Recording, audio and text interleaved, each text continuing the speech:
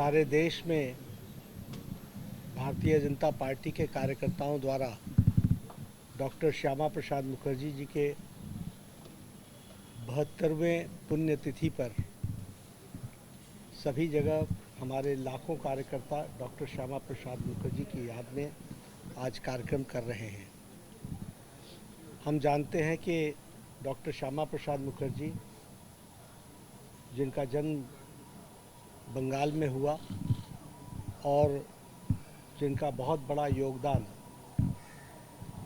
आज़ादी में और वर्तमान में जो हम पश्चिम बंगाल देख रहे हैं, जो हम पंजाब देख रहे हैं और जो हम आसाम देख रहे हैं, इसको जो हम भारत का हिस्से के रूप में देख रहे हैं, उसमें डॉक्टर श्यामा प्रसाद मुखर्जी जी का बहुत बड़ा योगदान है। डॉक्टर श्यामा प्रसाद मुखर्जी बहुआयामी प्रतिभा के धनी थे। डॉक्टर श्यामा प्रसाद मुखर्जी एक स्कॉलर थे। 33 वर्ष की आयु में वो कलकत्ता यूनिवर्सिटी के वाइस चांसलर बन गए।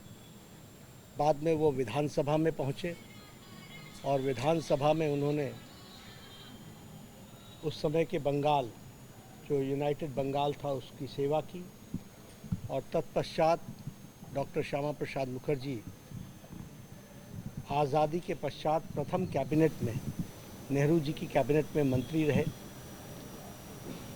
वैचारिक मतभेद के कारण और जो उनका जो तुष्टीकरण की नीति थी श्री जवाहरलाल नेहरू जी की, उसके कारण डॉक्टर श्यामा प्रसाद मुखर्जी जी ने इस्तीफ़ा दिया और बाद में उन्होंने भारतीय जनसंघ की स्थापना के संस्थापक सदस्यों में से रहे और उन्होंने भारतीय जनसंघ की स्थापना की।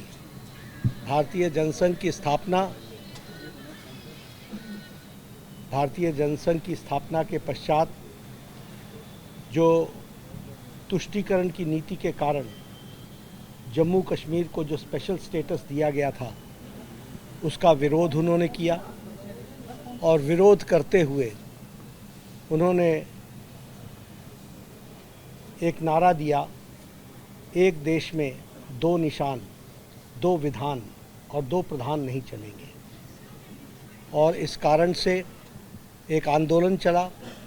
उस आंदोलन में उस समय जम्मू कश्मीर में जाने के लिए जम्मू कश्मीर का स्पेशल परमिट चाहिए होता था। तो डॉक्टर श्यामा प्रसाद मुखर्जी बिना परमिट के, क्योंकि एक देश है, एक निशान रहेगा, एक विधान रहेगा, एक नियम रहेगा, एक कानून रहेगा, और इस बात को लेते हुए उन्होंने उसको अस्वीकार किया और 11 मई को वो जम्मू कश्मीर की ओर उन्होंने प्रस्थान किया। उनको जम्मू कश्मीर के बॉर्डर पर अरेस्ट कर लिया गया और उसके बाद उनको श्रीनगर के जेल में रखा गया। श्रीनगर के जेल में उनकी 23 जून, आज के दिन 72 साल पहले 1953 में उनका रहस्यमय तरीके से निधन हो गया। रहस्यमय तरीके से उनकी मौत हो गई। उस समय भारतीय जनसंघ बहुत छोटा था। हम लोगों ने आवाज़ उठाई।